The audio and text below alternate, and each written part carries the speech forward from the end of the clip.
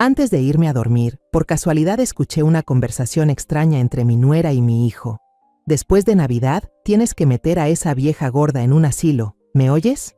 Pateé la puerta y grité: antes de que pienses en echarme, deberías ver un video muy especial. Y cuando presioné el botón de reproducir en la televisión, mi nuera se desmayó. Pero antes de continuar, revisa si ya te suscribiste al canal y comparte en los comentarios desde dónde nos estás viendo. Nos encantaría saber hasta dónde llegan nuestras historias de venganza. Me quedé de pie en el porche, con la regadera de hojalata vieja que Javier, mi esposo, me había dejado. Cada vez que la toco, siento el calor de sus manos ásperas, de aquellos días en que aún vivía y regaba las bugambilias fucsias que trepaban por el muro. Ahora, esas flores siguen floreciendo, como si no supieran que el tiempo me ha quitado tanto. La luz del atardecer cubría los tejados rojos de Guanajuato con un tono anaranjado y cálido, pero dentro de mí había algo que ardía en silencio, sin nombre. Regaba poco a poco, como si quisiera alargar ese instante de paz que el día me concedía. Entré a la casa y corté algunas caléndulas que quedaban del Día de Muertos. Sus pétalos dorados y su aroma intenso eran mi parte favorita de la temporada. Las coloqué en un pequeño florero sobre el altar de Javier, junto a su retrato. La foto estaba amarillenta, pero su sonrisa seguía tan viva como el día de nuestra boda en la iglesia de San Cayetano. Hoy nuestro hijo volvió a llegar cansado, Javier, susurré, como si él estuviera ahí escuchando. Alejandro ya es un hombre, pero a veces parece un niño perdido. Sonreí con tristeza, acaricié el marco de la foto y me alejé, dejando que las palabras no dichas se disolvieran en el aire. El sonido de un coche en la entrada me sacó de mis pensamientos. Alejandro entró con los hombros caídos, el rostro marcado por un día largo en la obra. Trabajaba para una empresa constructora en el centro, un trabajo que nunca era fácil. «Ma», dijo, dándome un beso rápido en la mejilla, tan fugaz que apenas sentí su aliento cálido. Luego se dejó caer en el sofá, con los ojos pegados al teléfono, como si el mundo entero se redujera a esa pantalla brillante. Quise preguntarle por el trabajo, escucharlo hablar como antes, cuando era niño y corría hacia mí para contarme emocionado sobre los primeros ladrillos que había apilado. Pero ahora, entre él y yo, había un muro invisible, frágil y al mismo tiempo imposible de romper. El sonido de unos tacones resonó sobre las viejas baldosas de Saltillo. Valeria entró con su cabello brillante y los labios rojos como granadas. Fue directo hacia Alejandro y lo besó en la boca con un sonido fuerte, un beso exhibicionista que nunca entendí. No me miró, ni me saludó, como si yo fuera un fantasma en mi propia casa. Me giré y fui a la cocina, donde el olor del ajo y el chile dorándose llenaba el aire. Preparaba chilaquiles rojos, el platillo favorito de Alejandro cuando era niño. Aún recordaba las tardes en que se sentaba en la silla alta, con los ojos brillando, comiendo mientras me contaba sobre la escuela. Hoy esperaba que ese aroma lo sacara de la coraza de silencio que había construido. La cena se sirvió en la mesa de madera vieja, donde Javier había grabado nuestros nombres en una esquina. Me senté frente a Alejandro y Valeria, intentando empezar una conversación. «¿Cómo te fue hoy en el trabajo, hijo?», pregunté con voz suave. Alejandro levantó la mirada, cansado. «Bien, ma», respondió cortante, y volvió a mirar su plato. Sonreí, tratando de ocultar la decepción. Valeria, en cambio, no dejó que el silencio durara. Empezó a hablar sin parar, con voz alegre, sobre su día de compras en el centro comercial Plaza Cibeles de Irapuato. «¿Sabe, mamá? El bolso Hermès nuevo que compró mi amiga es ridículo, 50,000 pesos y parece de tianguis». Se rió fuerte, pero sus ojos nunca se cruzaron con los míos. Asentí, escuchando, mientras dentro de mí solo quedaba un vacío silencioso. Luego la mirada de Valeria se deslizó hacia el trastero de madera oscura en la esquina del comedor. Era un recuerdo de mi suegra, la abuela de Alejandro, lo único que dejó antes de morir. Los grabados en la madera ya estaban desgastados, pero cada vez que lo miraba sentía su presencia, severa pero amable. «Deberíamos cambiar este mueble viejo para Navidad, ¿no crees?», dijo Valeria con un tono casual, aunque sentí el filo escondido en sus palabras. «Podríamos comprar algo más moderno en Liverpool». Alejandro murmuró algo inaudible, como si no quisiera enfrentarse a esa sugerencia. Apreté la cuchara entre los dedos, pero no dije nada. Ese mueble no era solo madera, era memoria, era la historia de mi familia. Pero para Valeria, no era más que un trasto viejo, algo que no encajaba en su mundo de brillo y apariencias. Cuando recogí su plato, noté que casi no había tocado los chilaquiles. Las tortillas fritas, cubiertas de salsa roja y queso cotija desmenuzado, seguían intactas. «Estoy a dieta, suegra», dijo con una voz suave, pero con un dejo de desprecio. «Demasiada grasa». Luego se levantó, fue directo al refrigerador y sacó kale y frutas para prepararse un batido verde. Me quedé allí, con su plato aún en la mano, sintiendo como si me hubieran abofeteado sin tocarme. La comida que preparé con tanto cariño, pensando en mi hijo, fue ignorada como si no tuviera valor. Quise decir algo, decirle que ese era el platillo favorito de Alejandro, que lo había hecho por él, pero guardé silencio y tragué mi tristeza. Después de la cena, me quedé en la cocina lavando cada plato, cada olla.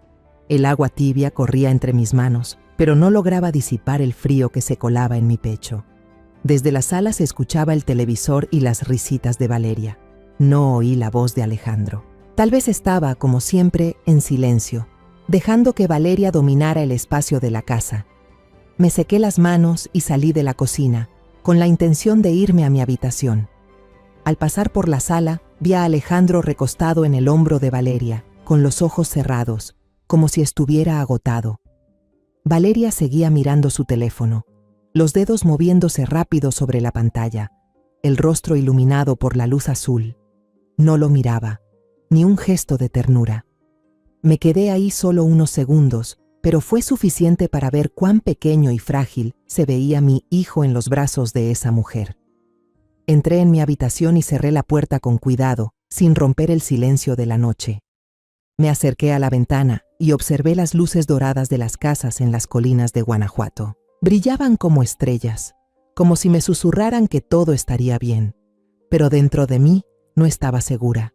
Había perdido a Javier, mi compañero de vida, mi confidente, y ahora sentía que estaba perdiendo también a Alejandro, el hijo que una vez arrullé y acuné en mis brazos cada noche. Me senté en la cama y me envolví en el viejo rebozo de mi madre. Aún conservaba su aroma, una mezcla de sol y tierra de Guanajuato. Al menos todavía tengo un hogar, una familia, me dije, pero las palabras sonaron débiles, como una oración que no alcanza el cielo. Esa noche me quedé mirando por la ventana, hacia las luces doradas que titilaban sobre las colinas de Guanajuato como si fueran estrellas. Intenté cerrar los ojos, intentar dormir, pero el sabor picante de los chilaquiles aún me dejaba una sensación seca en la garganta. Suspiré, me incorporé y decidí bajar a la cocina por un vaso de agua. La casa estaba en silencio, solo el tic-tac del reloj marcaba el paso del tiempo, como si contara los segundos de una vida que ya no sentía como mía. No encendí la luz. Después de tantos años viviendo en esta casa, conozco de memoria cada paso, cada esquina. Mis pies descalzos tocaron el suelo frío de los mosaicos de Saltillo mientras avanzaba por el pasillo, con la mano rozando la pared áspera. Cada paso se sentía más pesado, como si cargara con todos mis recuerdos, los días felices junto a Javier, las tardes en que Alejandro, siendo un niño, me tomaba de la mano y corría por el patio. Pero ahora, cada rincón de la casa me hacía sentir más pequeña, más perdida. Al acercarme a la sala, una débil franja de luz se filtraba por la puerta entreabierta. Me detuve. Escuché voces, bajas pero claras, cortando el silencio de la noche.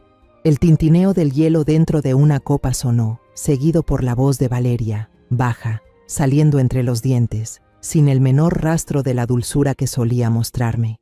«Después de Navidad tienes que meter a esa vieja en un asilo», dijo con voz fría como el mármol. «Ya escogí el lugar, está en las afueras de León, se llama Hogar de Paz, es limpio, apartado y nadie la conoce». Sus palabras fueron como una puñalada directa al pecho. Me quedé inmóvil, escondida tras la pared, y la oscuridad me protegía como una vieja amiga. El corazón me latía tan fuerte que temí que pudieran oírlo. Contuve la respiración, esperando, deseando haber escuchado mal, que todo fuera una pesadilla. Pero el silencio que siguió, roto solo por el canto de los grillos en el patio, parecía burlarse de mi ingenuidad. Entonces escuché la voz de Alejandro, baja, temblorosa, casi suplicante. «Valeria, mi mamá no está tan débil». Noté la duda en su tono, una fragilidad que jamás había percibido en el hijo que alguna vez fue tan fuerte como su padre. El corazón se me encogió, no solo por las palabras de Valeria, sino por la impotencia de Alejandro. Él sabía, comprendía, pero no hacía nada. Valeria soltó una risa corta, seca, tan afilada como otro cuchillo clavándose más hondo. «No importa si está débil o no», dijo con voz firme y amenazante. «No puedo seguir viviendo con esa mujer en este lugar ni un día más. Si sigues defendiéndola, me perderás». El sonido del vaso golpeando la mesa de cristal fue fuerte, cortante, como un punto final a su sentencia. «Decídete, Alejandro, tu madre o yo y nuestro futuro». Esperé, de pie en la oscuridad, deseando que Alejandro dijera algo, cualquier cosa, para defenderme, para proteger la familia que Javier y yo habíamos construido. Pero no hubo respuesta, solo silencio, un silencio más pesado que cualquier palabra. La sed que me había llevado a la cocina desapareció, reemplazada por un frío que me recorrió la espalda, como si la sangre se me congelara. No quería escuchar más. No podía soportar ni un segundo más la verdad de que mi hijo, el niño que crié, estaba frente a la elección entre mí y esa mujer, y había elegido callar. Retrocedí, mis pasos ya no eran firmes. Apoyé la mano en la pared, los dedos temblorosos se aferraban a la superficie áspera, como si eso pudiera impedir que me desplomara. Sentía que caminaba dentro del sueño de otra persona, uno en el que yo no tenía lugar. Cada paso de regreso a mi habitación era un esfuerzo, como si arrastrara el peso del mundo entero. Al entrar, no encendí la luz. Me senté en el borde de la cama, las manos temblando, el cuerpo entero deshecho. Tomé el viejo rebozo de mi madre del respaldo de la silla y me lo envolví con fuerza. Su olor, a sol, a tierra, a días que ya no volverán, fue lo único que me dio consuelo en ese momento. Mis ojos se quedaron fijos en la foto de boda de Javier y mía sobre la mesa de noche. En la imagen, sonreíamos radiantes, tomados de la mano, como si nada en el mundo pudiera tocar nuestra felicidad. Recuerdo ese día. Recuerdo cómo Javier me tomó la mano con fuerza y me susurró que estaría conmigo para siempre. Pero él se fue, y ahora siento que también estoy perdiendo a Alejandro. No lloro. Las lágrimas parecen haberse congelado en algún lugar profundo del pecho, reprimidas por un dolor demasiado grande, demasiado agudo como para poder fluir. Solo me quedo ahí, en la oscuridad, abrazando mi chal, escuchando los latidos pesados de mi corazón. Esta casa, que alguna vez fue un hogar, ahora se ha convertido en una trampa. Cuando las campanas de la iglesia de San Cayetano sonaron a lo lejos, me sobresalté y me di cuenta de que ya había amanecido. La luz del alba se filtraba débilmente entre las cortinas, incapaz de disipar el frío que sentía por dentro. Me levanté, con las manos aún temblorosas, y bajé a la cocina para preparar una taza de té de manzanilla. El aroma suave del té solía calmarme, pero esa mañana solo me recordó las mañanas tranquilas junto a Javier, cuando todo era más sencillo. Me quedé junto a la estufa, mirando las burbujas que subían en la tetera, intentando ordenar los fragmentos rotos en mi mente. Las palabras de Valeria, el silencio de Alejandro, todo se mezclaba como una pesadilla de la que no podía despertar. Escuché pasos pesados bajando por las escaleras. Alejandro apareció con su chaqueta de trabajo desgastada, el rostro pálido y los ojos evitando los míos. «Ma, ya me voy al trabajo», dijo rápido, tomando un pan dulce del plato y saliendo casi corriendo, como si la cocina estuviera en llamas. Quise detenerlo, preguntarle por qué no dijo nada anoche, por qué permitió que Valeria dijera esas cosas tan crueles, pero solo me quedé ahí, en silencio, mirando la puerta cerrarse tras él. Sentí el corazón pesado, como si acabara de perder otra parte de mi hijo. Valeria bajó enseguida después, vestida con ropa ajustada de yoga, el cabello recogido en una cola alta, el rostro sonriente pero falso, tan falso que podía verlo a través. «Buenos días, mamá», dijo con una voz dulce como la miel, aunque sus ojos fríos me examinaban. «¿Durmió bien?». Asentí, sonriendo débilmente, tratando de ocultar la tormenta dentro de mí. No quería que me viera débil, no quería que supiera que había escuchado sus palabras venenosas anoche. Pero entonces, mis ojos se posaron por casualidad en un sobre color marfil sobre la mesa del comedor, justo al lado del frasco de mermelada de fresa. La inscripción en la esquina superior izquierda hizo que mi corazón se detuviera un instante. Clínica San Rafael, especialidad en geriatría y neurología. Valeria notó mi mirada y su sonrisa se ensanchó, como si hubiera estado esperando ese momento. «Ah, son los papeles de mamá de la clínica de la doctora López», dijo con voz suave pero cargada de intención. «Los enviaron por mensajería urgente. Solo son unos resultados de rutina». Se encogió de hombros, como si no tuviera importancia, y salió al patio trasero, dejándome sola con aquel sobre aterrador. El sonido de sus tacones resonó sobre el piso de cerámica, cada paso como un martillazo contra mi corazón. Me quedé allí, con las manos temblando, mirando el sobre como si fuera una serpiente venenosa. No quería abrirlo, pero sabía que tenía que enfrentarme a ello. Me senté en la silla, respiré hondo y rasgué el borde del papel. Dentro no había solo una hoja, sino un montón de papeles gruesos, sujetos con cuidado. La primera página era un diagnóstico, con el sello rojo brillante de la clínica. Mi nombre, María Dolores Ramírez, estaba impreso en negritas, como una acusación. La línea de abajo me dejó sin aliento. Deterioro progresivo de la memoria. Lo leí una y otra vez, como si al hacerlo las palabras pudieran desaparecer. Debajo, en el espacio destinado a la firma del paciente, había un garabato torpe, intentando imitar mi firma. Pero lo reconocí al instante como falso. Los trazos temblorosos eran torpes y, sobre todo, la curva de la R estaba completamente mal. Mi firma siempre tiene un pequeño giro al final, ese que Javier solía bromear diciendo que era la marca de María. Pasé a las siguientes páginas y cada línea era como otra puñalada. Las notas médicas estaban escritas con detalle, describiendo síntomas que nunca había tenido. La paciente pierde la orientación con frecuencia, olvida los nombres de sus familiares, presenta signos leves de paranoia. Todas estaban firmadas por alguien llamada doctora Sandra López.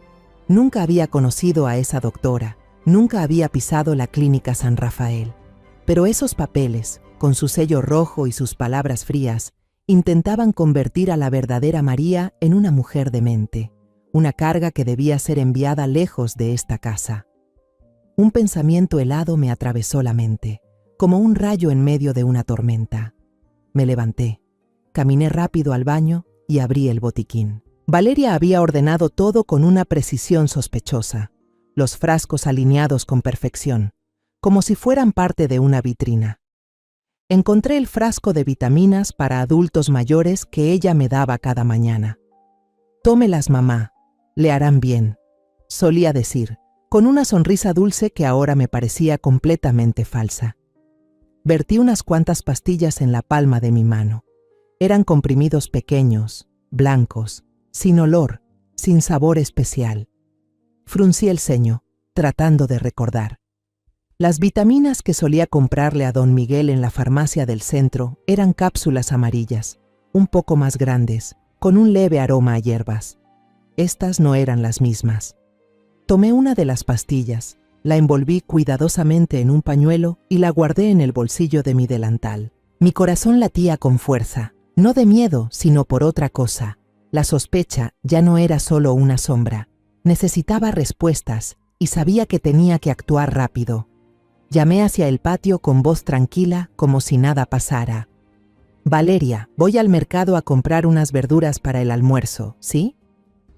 Ella apenas murmuró algo, sin apartar la vista de su tapete de yoga. Salí de la casa, pero en lugar de ir al mercado Hidalgo, caminé directo a la farmacia La Salud, la de don Miguel, quien conocía a mi familia desde que Alejandro era apenas un niño. Don Miguel estaba detrás del mostrador, las gafas deslizándosele por la nariz, sus manos viejas ordenando medicinas. Al verme, sonrió, pero la sonrisa se desvaneció al notar mi expresión. «María, ¿pasa algo?», preguntó con voz preocupada. Saqué el pañuelo, coloqué la pastilla sobre el mostrador y mentí diciendo que la había encontrado en el bolsillo de un abrigo viejo y no recordaba qué era. Se colocó las gafas, examinó la pastilla y hojeó su libro de farmacología, grueso y con la tapa desgastada. Su rostro se volvió serio, las cejas se fruncieron. Levantó la vista y me miró por encima del marco de las gafas. «Doña María, esto es alprazolam en dosis baja», dijo con voz grave. «Se usa para tratar la ansiedad y ayudar a dormir. Esto, definitivamente, no es una vitamina». La voz de él fue como un golpe final, destrozando todas las dudas que me quedaban. Me quedé allí, con las manos apretando el borde del mostrador, sintiendo que el mundo se venía abajo. Valeria no solo mentía, no solo planeaba mandarme a un asilo, me estaba envenenando, de forma sistemática, para convertirme en un muñeco, en una vieja dementa a los ojos de todos. No fui a casa de inmediato. Mis piernas me llevaron sin pensar por la callejuela que va a la panadería del Sol, la panadería de Lucía. El olor a pan recién hecho y a canela tibia siempre me consolaba. La pequeña campanilla de la puerta sonó cuando entré.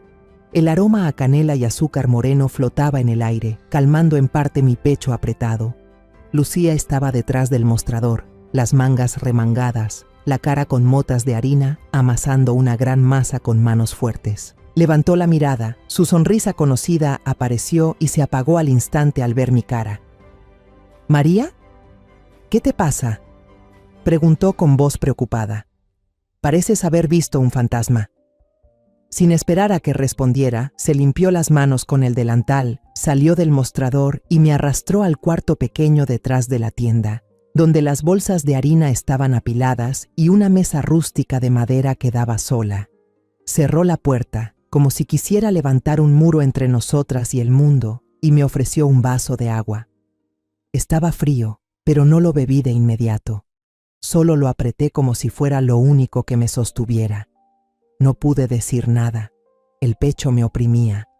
Temblando, saqué del bolsillo del delantal la hoja del diagnóstico falso y la pastilla envuelta en un papel y las puse sobre la mesa. Lucía frunció el ceño, tomó la hoja, leyó cada línea y volvió a leer, como si no creyera lo que veía. Miró la pastilla, la dio vuelta una y otra vez, y luego alzó la vista hacia mí. Sus ojos amables ahora se entrecerraron y se encendió en ellos una furia. «¡Hija de su madre!», gritó, golpeando la mesa con fuerza. Una nube de harina se alzó como una pequeña tormenta. «¡Esa víbora! ¡Esa arpía!». Nunca había visto a Lucía tan enfadada. Ella, mi amiga de la juventud, la que compartió conmigo los días más duros. Ahora temblaba de rabia por mí. Las lágrimas brotaron. No pude contenerlas.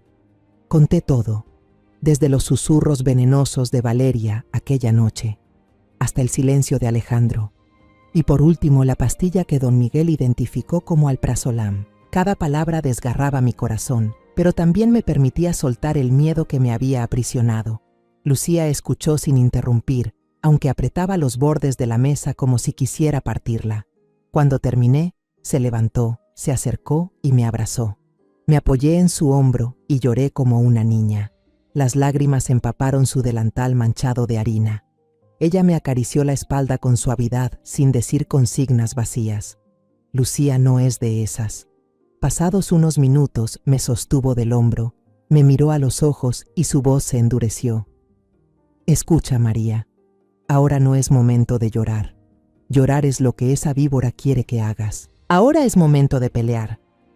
Empezó a caminar de un lado a otro por el cuartito, con pasos decididos, como una general planificando.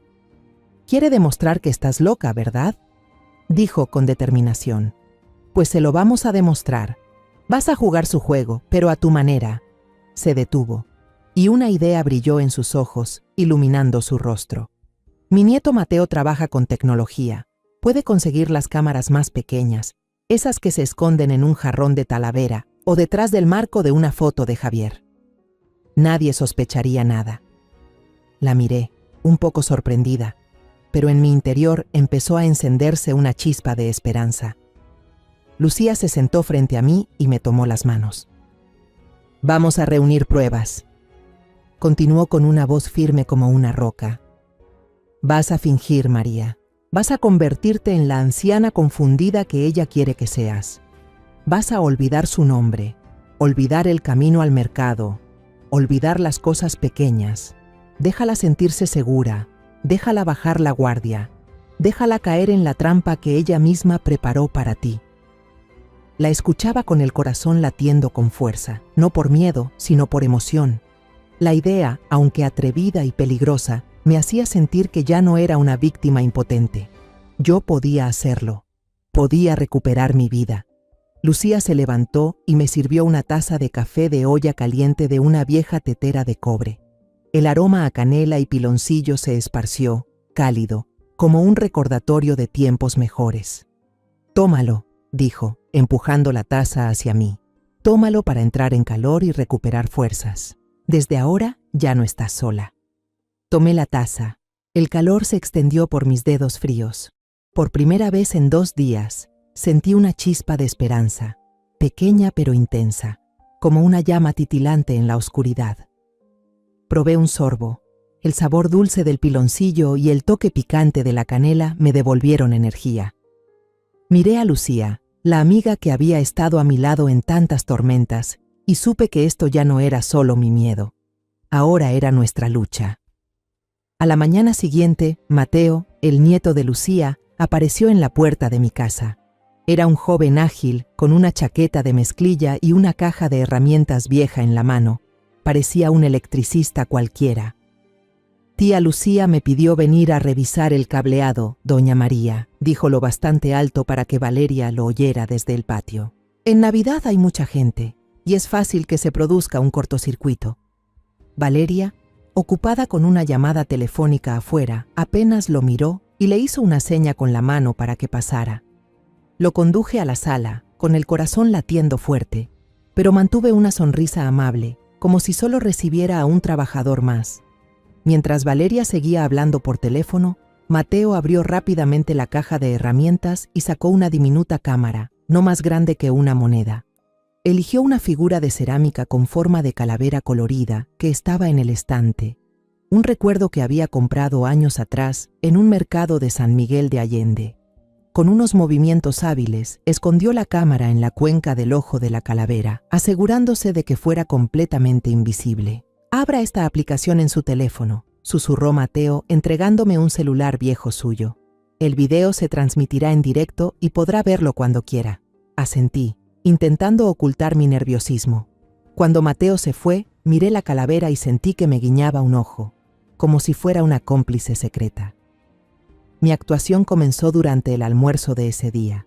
Puse la mesa con lentitud, colocando cada plato con aparente distracción. Cuando Valeria se sentó, la miré y sonreí con inocencia. «Elena, ¿quieres más chilaquiles?», dije a propósito, usando el nombre de una vecina que se había mudado hacía años. Valeria se quedó paralizada. El plato casi se le cayó de las manos. Miró a Alejandro con una expresión cargada de significado, como si acabara de encontrar una pieza clave en su plan. «Mamá, soy Valeria», dijo con una voz dulce, pero pude reconocer el tono triunfante detrás.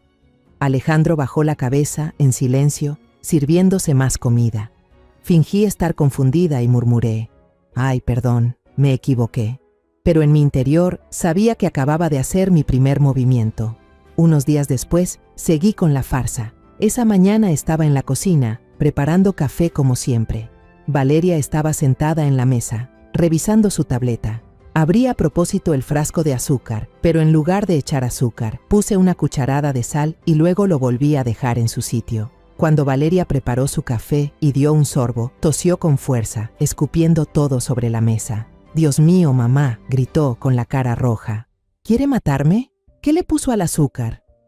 La miré, fingiendo estar asustada, con las manos temblorosas cubriéndome la boca.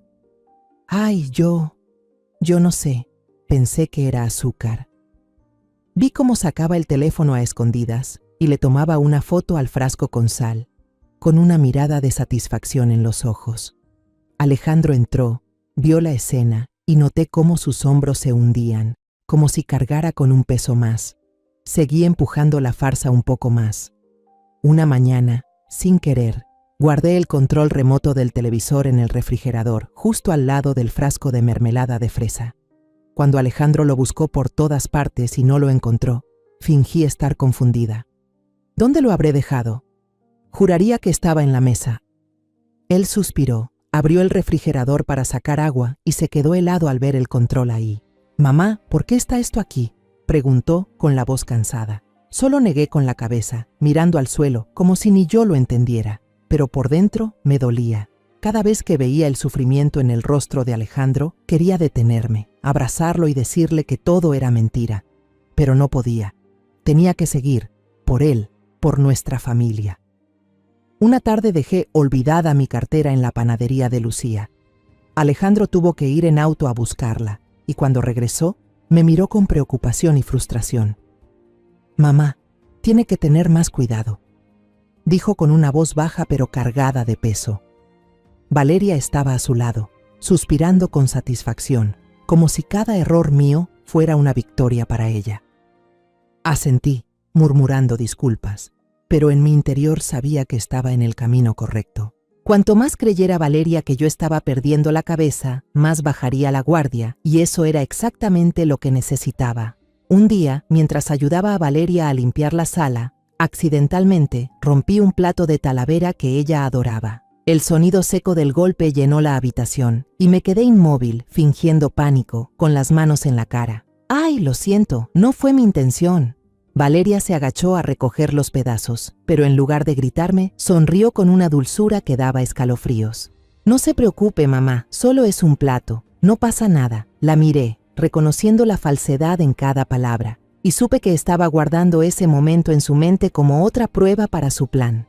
Esa noche, al regresar a mi cuarto, abrí la aplicación en el viejo teléfono que Mateo me había dado. El video de la cámara oculta en la estatua de calavera se reprodujo, claro y nítido. Vi a Valeria después de que salí de la sala llamando a alguien. «Hola, Sandra», dijo, con una voz entre preocupada y triunfante. «La situación con mi suegra empeora cada día. Hoy rompió mi plato talavera favorito y además puso sal en el azúcar. De verdad estoy preocupada por ella. Tal vez deberíamos acelerar el trámite». Sentí cómo el corazón se me apretaba. Estaba hablando con la doctora López, la que firmó el diagnóstico falso. El video siguió, y vi a Valeria sola en el sofá, revisando su tableta, ampliando la imagen de una habitación pequeña en un asilo, limpia, vacía, con paredes blancas. Sonrió, una sonrisa fría y satisfecha, como si ya estuviera viendo el futuro que tanto deseaba.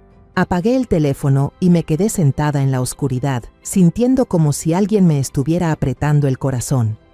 Pero ya no tomaba las vitaminas de Valeria. Cada mañana fingía ponerme la pastilla en la boca, pero en realidad la escondía bajo la lengua y luego la escupía en el baño.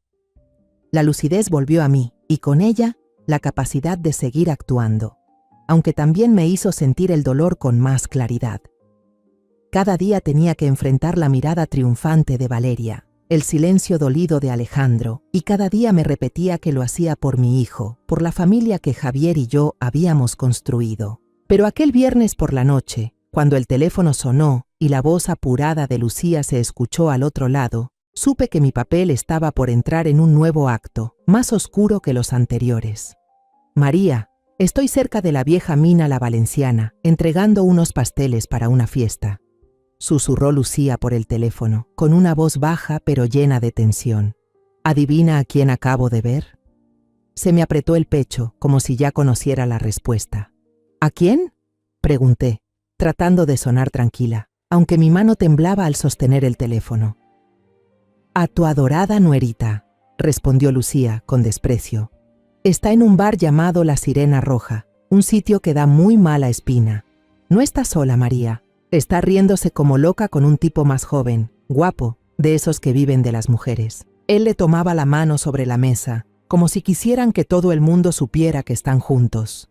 Las palabras de Lucía me golpearon en el pecho. Le di las gracias con voz seca y colgué, sentándome al borde de la cama.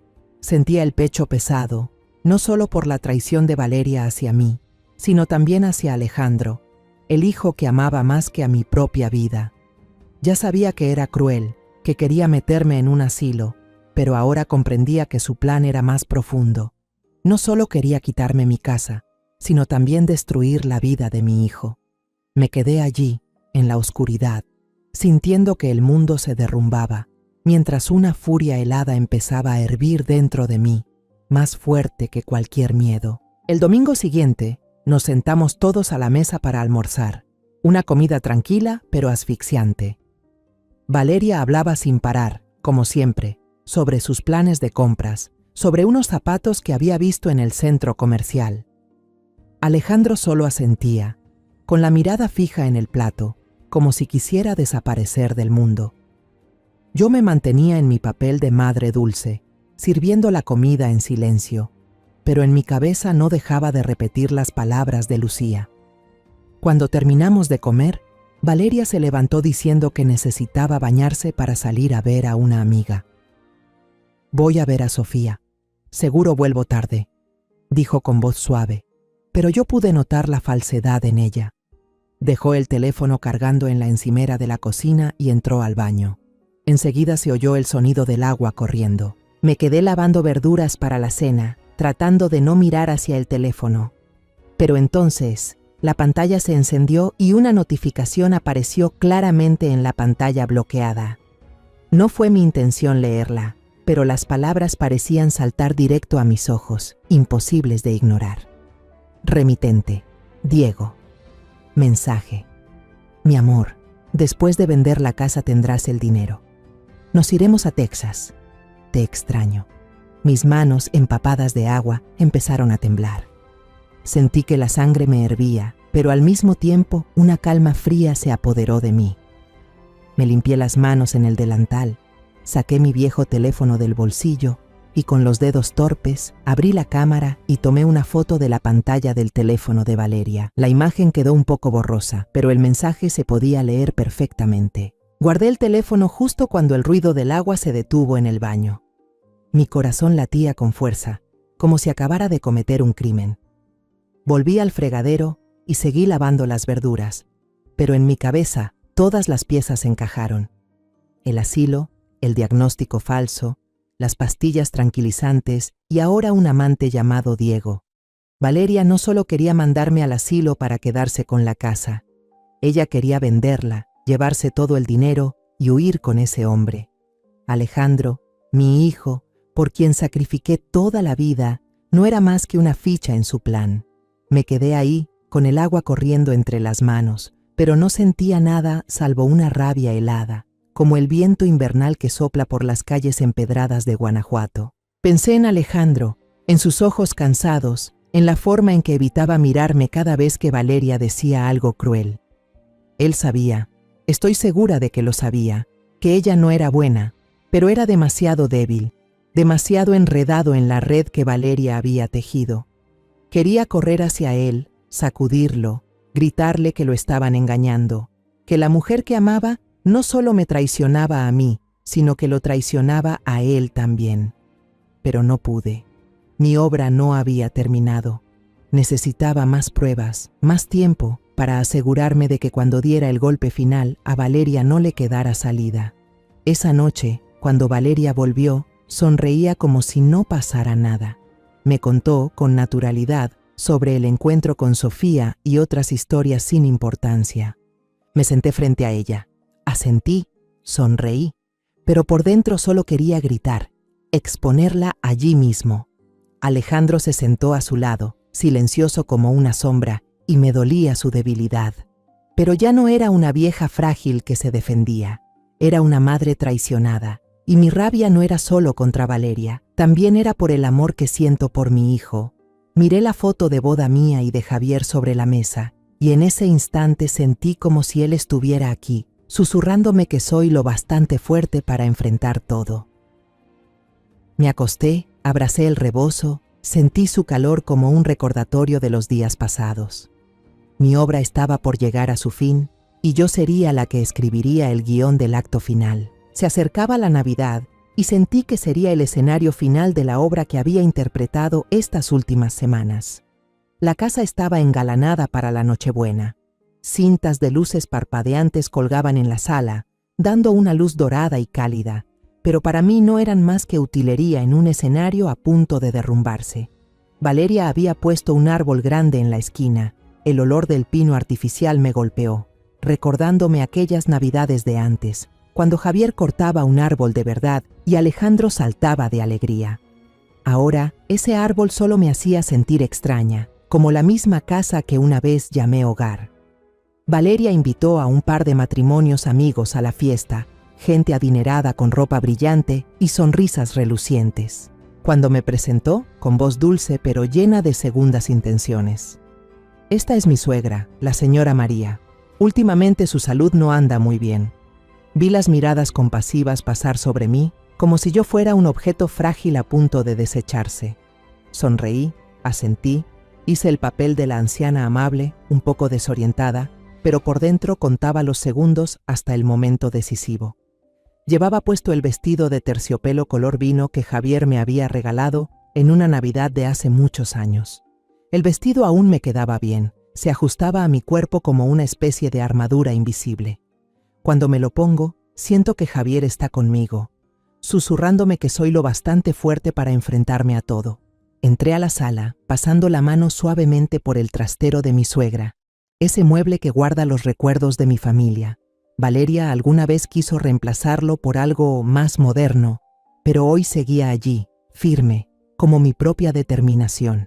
La cena transcurría entre risas y conversaciones de los invitados, pero para mí, el ambiente alrededor de la mesa era asfixiante. Valeria presumía ante una amiga, con un tono lo bastante alto como para que yo la oyera. Pobrecita, mi suegra últimamente olvida muchas cosas. Una vez incluso olvidó el nombre de Alejandro. El doctor López nos dijo que debemos estar preparados para cualquier cosa.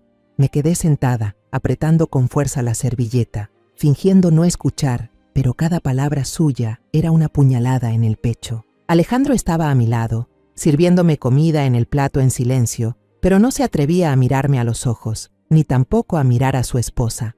Se veía más delgado, con las ojeras marcadas, como la sombra de lo que alguna vez fue.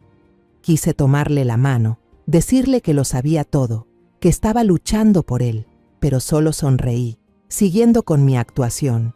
Cuando todos terminaron el plato principal y esperaban el pastel de 3 leches, Valeria se levantó, alzó su copa de vino y sonrió con la perfección de una actriz profesional. «Feliz Navidad», dijo, con la voz resonando por toda la habitación. «Brindemos por un año nuevo lleno de cambios positivos para nuestra familia». Su mirada se cruzó con la mía, cargada de intención, como si declarara su victoria. Fue mi señal. Respiré hondo, me levanté despacio y apreté el control remoto de la televisión que había escondido bajo la servilleta en mi regazo. Antes de comer el pastel de 3 leches, dije con voz serena pero lo bastante fuerte para silenciar los murmullos. Quiero que todos vean un video muy especial, un pequeño regalo de Navidad que preparé. Todas las miradas se volvieron hacia mí, sorprendidas. Valeria frunció el ceño, un destello de incomodidad cruzó sus ojos. Alejandro me miró, preocupado, pero no dijo nada. Presioné el botón y la pantalla grande del televisor, que antes mostraba el fuego crepitante de una chimenea, se apagó y volvió a encenderse. El primer video apareció, claro y nítido, grabado desde la cámara oculta dentro de la estatua de calavera. La voz fría de Valeria llenó el silencio de la sala. «Asegúrate de encerrar a esa vieja en el asilo. Ya lo he dicho demasiadas veces». Las risas y el tintinear de las copas se apagaron de golpe.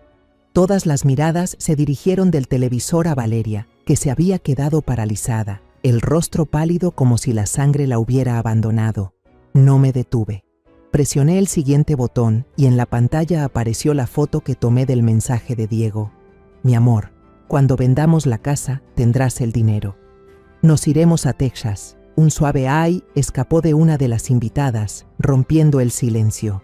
Continué, mostrando la imagen del documento médico con el diagnóstico, deterioro de la memoria progresivo y la firma falsificada. Las palabras frías, los sellos rojos, todo aparecía nítido en la pantalla, como una acusación imposible de negar. Por último, proyecté el video que Mateo había grabado en secreto a pedido de Lucía. Las imágenes eran borrosas y temblorosas, pero bastaban para ver a Valeria abrazando a un hombre desconocido, besándose apasionadamente en la oscuridad fuera del bar La Sirena Roja. La habitación quedó congelada. Nadie dijo una palabra, solo se escuchaba la respiración entrecortada de Valeria, como si luchara por encontrar aire para seguir viva. «¡Detente! ¡Detente ahora mismo!», gritó Valeria, despertando del shock. Corrió hacia mí, tratando de arrancarme el control remoto, pero en su pánico, el tacón alto se le enganchó en la alfombra persa y cayó de bruces al suelo. El golpe resonó, como un punto final para su teatro. Apagué la televisión, dejando que el silencio llenara la habitación. Miré a Valeria, tirada en el piso, con el rostro torcido por el miedo y la rabia. Luego a Alejandro, que permanecía inmóvil, como una estatua de piedra. Mi voz seguía tranquila, pero firme, templada por todo el dolor de los últimos meses. Esta casa, Valeria, sigue a nombre mío y de mi difunto esposo, y según su testamento, soy la única con derecho a decidir si se vende o no. Si alguien aquí piensa echarme, será esa persona quien se vaya primero. Hablé despacio, cada palabra cayendo como un martillazo en el aire pesado. Valeria me miró con ojos desorbitados, sin poder decir una sola palabra. Los invitados empezaron a incomodarse. Algunos se levantaron, murmuraron disculpas y se marcharon.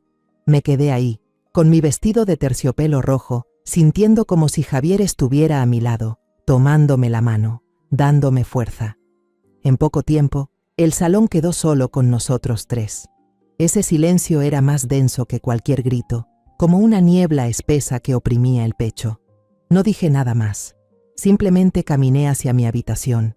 Cerré la puerta detrás de mí, me senté al borde de la cama y abracé mi rebozo, sintiendo su calor como la única caricia que me quedaba. Había hecho lo que debía, había revelado la verdad. Lo que siguiera ahora dependía de Alejandro. Pero en el fondo no sabía si mi hijo tendría la fuerza para enfrentar lo que acababa de pasar. Me quedé ahí, en la oscuridad, escuchando los sonidos del exterior. Primero fueron los sollozos de Valeria, esos llantos teatrales, como si intentara recuperar la compasión de quien aún quedara. Pero pronto, sus lágrimas se convirtieron en gritos. Su voz se volvió aguda, llena de rabia. «Todo es culpa de ella», chilló, su tono resonando por las paredes. «Esa vieja bruja me tendió una trampa. ¿Lo ves, Alejandro? Lo hizo todo a propósito para destruirnos». Sentí que el corazón se me apretaba. No por sus insultos, ya estaba acostumbrada a su veneno, sino porque sabía que Alejandro estaba ahí, escuchando cada palabra, y no sabía cómo reaccionaría. Entonces oí la voz de Alejandro. Por primera vez en meses, no sonaba débil ni temerosa como la de un niño asustado. Era grave, fría y llena de dolor. «Basta, Valeria», lo escuché decir, con voz temblorosa pero decidida. «No digas una palabra más». No alcancé a oír lo que vino después, pero el quiebre en su voz me atravesó el alma. No era solo enojo, era dolor. Dolor por la traición, por haberme dejado luchar sola mientras él callaba. La pelea continuó, como una tormenta interminable. Escuché muebles moverse, vidrio rompiéndose, quizás una copa de vino lanzada por Valeria en su rabia. «¡Eres un cobarde!», gritó ella, con voz chillona, llena de desprecio. «Un inútil que vive a la sombra de su madre. Si no fuera por ella, yo no estaría atrapada en esta casa miserable». Cada palabra era una flecha envenenada, pero ya no me dolían por mí. Me dolían por Alejandro, por mi hijo, que ahora estaba siendo desgarrado entre el amor ciego y la verdad cruel. Al final, escuché el sonido de una maleta arrastrándose por el suelo. Se oyó el armario abrirse, luego el ruido de cosas arrojadas dentro de la maleta con furia, el roce de la tela, el cierre que se subía con fuerza. Esperé, deseando oír a Alejandro detenerla, pero no pasó. Solo hubo silencio de su parte, un silencio firme, como si ya hubiera tomado una decisión definitiva. Una hora después, la puerta principal se abrió y se cerró de golpe, haciendo eco por toda la casa vacía. Sonó como un punto final, el cierre de un capítulo doloroso en nuestras vidas. No salí. Me quedé ahí, en la oscuridad, abrazando mi chal, escuchando el silencio. No era el silencio pacífico de las noches de Navidad de antes, cuando Javier aún vivía, cuando Alejandro era un niño y toda la familia se reunía junto al árbol. Era el silencio de una tormenta que acababa de pasar, dejando ruinas detrás. No sé cuánto tiempo me quedé sentada en esa habitación, pero cuando la primera luz del amanecer se filtró por las cortinas, ya era de día. La Nochebuena había pasado, dejando un día gris y frío, como si el mismo Guanajuato compartiera mi estado de ánimo. Abrí la puerta, salí, y la escena frente a mí me apretó el corazón. La sala estaba hecha un desastre, copas de vino a medio beber tiradas en la mesa, luces navideñas caídas por el suelo y una silla volteada, como rastro de la tormenta de la noche anterior. El pastel tres leches seguía en la mesa, cubierto de una capa de crema blanca y suave, pero se veía fuera de lugar, como un recordatorio de una celebración que terminó en ruinas. Entré a la cocina y ahí encontré a Alejandro. Estaba solo, con la cabeza apoyada sobre la mesa, los brazos colgando sin fuerza. A su lado, la tableta de Valeria seguía encendida, mostrando un correo de confirmación de boletos de avión de ida a Houston, Texas, para 2 personas, Valeria Fuentes y Diego Arias. Me quedé inmóvil, mirando esas palabras, como si fueran la prueba final de una traición que había presentido desde hace mucho. Pero al mirar a Alejandro, no sentí alivio, solo un dolor profundo, no por mí, sino por mi hijo, que estaba sufriendo una ruptura que yo no pude evitar. Levantó la cabeza al oír mis pasos. Tenía los ojos enrojecidos, hinchados, como si hubiera llorado toda la noche. Parecía haber envejecido 10 años, con el rostro demacrado y los hombros caídos, incapaz de soportar el peso de la verdad. Me quedé ahí, sin decir palabra, mirándolo, esperando. De pronto Alejandro se levantó, caminó despacio hacia mí y se arrodilló sobre el suelo frío de baldosas. «Mamá», murmuró con voz ronca, como si le costara respirar. «Perdóname». Las lágrimas le corrían por la cara, cayendo al suelo, brillando bajo la tenue luz de la mañana. Yo sabía que ella no era buena. Vi cómo te trataba, pero fui un cobarde. Pensé que estaba intentando mantener la paz, mantener unida a la familia, pero en realidad solo te estaba traicionando. Miré la cabeza de mi hijo, su cabello negro despeinado, sus hombros temblando. Sentí un dolor punzante en el pecho, pero ya no había enojo, solo compasión. Compasión por el hijo que dejó que el amor ciego le nublara el corazón, por los años que vivió en silencio mientras Valeria manipulaba nuestras vidas. Tomó mis manos, endurecidas por los años de trabajo en la obra, y repitió: «Perdóname, mamá». Su voz se quebró, como la de un niño perdido que por fin encuentra el camino de regreso a casa. No lo levanté de inmediato. Lo dejé arrodillado allí, frente a sus propios errores, para que sintiera el peso del silencio que había elegido. Me incliné, puse una mano sobre su hombro y le dije suavemente, con una voz tranquila pero cargada de gravedad: «Hijo, quedarse callado ante lo que está mal también es un pecado. A veces, el silencio duele más que las palabras hirientes, porque le permite al mal crecer». Me detuve, lo miré a los ojos y vi en ellos un arrepentimiento profundo. «Pero soy tu madre», continué con un tono más suave, «y siempre te voy a perdonar mientras aprendas a levantarte y corregir tus errores». Finalmente ayudé a Alejandro a ponerse de pie. Temblaba y lo atraje hacia un abrazo, el primero de verdad en muchos años. Apoyó la cabeza en mi hombro y lloró como un niño, como cuando era pequeño. Se raspaba la rodilla y corría a buscarme. Le di unas palmaditas en la espalda, sintiendo sus respiraciones entrecortadas, y en ese instante vi al pequeño Alejandro regresar. No el hombre cansado y atormentado por sus fallos, sino el hijo que necesitaba a su madre. No dije nada más, solo lo abracé, dejando que esta vez el silencio llevara amor en lugar de dolor. No volvimos a hablar del tema. Los dos empezamos a limpiar en silencio el desorden del salón. Yo recogí las copas de vino, Alejandro levantó la silla caída. Juntos fuimos juntando los restos de la fiesta y también los fragmentos de la vida que habíamos dejado atrás. Nadie mencionó a Valeria, nadie habló de lo ocurrido la noche anterior. Unos meses después, decidí colgar el cartel de "Se vende" frente a la casa en Guanajuato. No fue una decisión fácil. Cada rincón, cada ladrillo de saltillo, cada talla en el viejo trastero guardaba un pedazo de mi vida con Javier, pero sabía que para sanar tenía que soltar. Con el dinero de la venta, compré un pequeño departamento cerca de la panadería de Lucía. Tenía un balcón desde donde se veía el jardín de una iglesia antigua, con flores de cempasúchil brillando bajo el sol. Cada mañana me quedaba allí, con una taza de café de olla en la mano, sintiendo la brisa fresca de Guanajuato, y por primera vez en muchos años, mi corazón se sentía liviano, como si me hubiera quitado un peso invisible. No elegí jubilarme, aunque a mis 62 años muchos lo harían. En cambio, usé parte de mis ahorros para alquilar una habitación vacía en el centro comunitario del barrio. Pinté las paredes yo misma, compré mesas y sillas usadas en el tianguis y llevé una pila de libros viejos. Abrí una clase gratuita para enseñar a leer, escribir y hacer cuentas a los niños pobres del vecindario. La llamé Escuela Esperanza. Ese nombre no era solo para los niños, sino también para mí. Cada día, sus risas y sus intentos por pronunciar las palabras llenaban el pequeño salón, y también mi corazón. Veía sus ojos brillantes y me reconocía en ellos. Alguien que estuvo perdida, pero que había encontrado de nuevo la luz.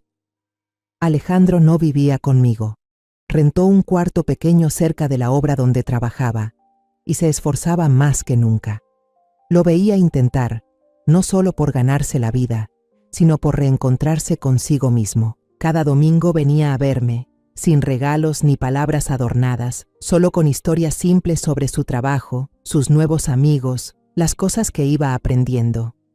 Yo no le preguntaba por Valeria, y él tampoco la mencionaba, pero sabía que en su silencio había un proceso lento, una sanación que avanzaba paso a paso. Una tarde de domingo, mientras estábamos acomodando una pila de libros en la Escuela Esperanza, Alejandro se detuvo de pronto.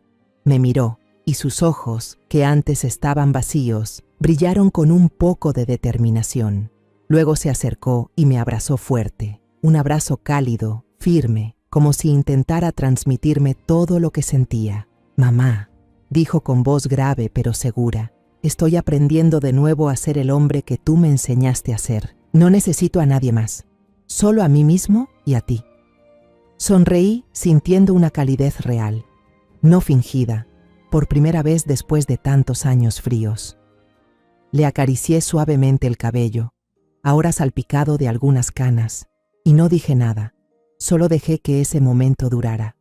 Miré por la ventana, donde los niños jugaban en el patio de la iglesia, y sus risas sonaban como notas de una melodía. Pensé en mi propio camino, en las noches en que me sentaba en la oscuridad abrazando mi rebozo, temiendo perderlo todo. Pensé en Valeria, en su plan cruel, en cómo intentó hacerme pasar por una anciana loca.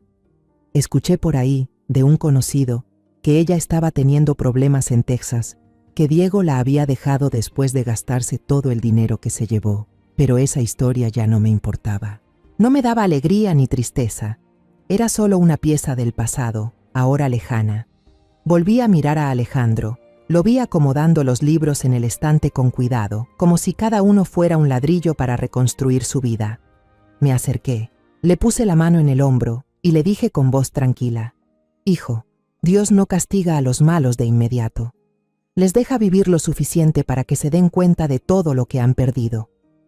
Él asintió, sin decir nada, pero supe que entendía. No necesitábamos hablar más. La verdad ya había salido a la luz y ahora estábamos construyendo juntos un nuevo futuro, no desde los escombros, sino desde las semillas de la esperanza. Ahora, mientras escribo estas líneas, ya no siento rencor hacia Valeria. En cambio, le tengo una especie de gratitud extraña, porque gracias a ella recordé que una madre puede soportar todo, sacrificarlo todo, pero jamás permitirá que alguien toque su dignidad. Gracias a ella, recuperé a Alejandro, no como al niño que necesitaba mi protección, sino como al hombre que aprendía a mantenerse en pie. Y gracias a ella encontré la Escuela Esperanza, un lugar donde puedo llevar luz a los niños, del mismo modo en que encontré la luz dentro de mí. Me levanté, salí al balcón y miré el atardecer cayendo sobre los techos rojos de Guanajuato. Lucía gritó desde la panadería: «María, el café de olla ya está listo, baja». Sonreí, me puse el rebozo sobre los hombros y bajé a la calle. Si estás escuchando mi historia, recuerda estas palabras de una vieja que ha pasado por muchas tormentas. Nunca subestimes el silencio de una madre. En ese silencio puede estar formándose una tormenta. La historia que acabas de escuchar ha cambiado nombres y lugares para proteger la identidad de las personas involucradas. No la contamos para juzgar, sino con la esperanza de que alguien escuche y se detenga a reflexionar. ¿Cuántas madres sufren en silencio dentro de su propio hogar? De verdad me pregunto, si tú estuvieras en mi lugar, ¿qué harías? ¿Elegirías callar para mantener la paz o te atreverías a enfrentarlo todo para recuperar tu voz? Quiero saber tu opinión, porque cada historia puede ser una vela que ilumine el camino de alguien más. Dios siempre bendice, y estoy segura de que el valor nos llevará a días mejores. Por ahora, en la pantalla final dejaré 2 de las historias más queridas del canal. Estoy segura de que te sorprenderán. Gracias por quedarte conmigo hasta este momento.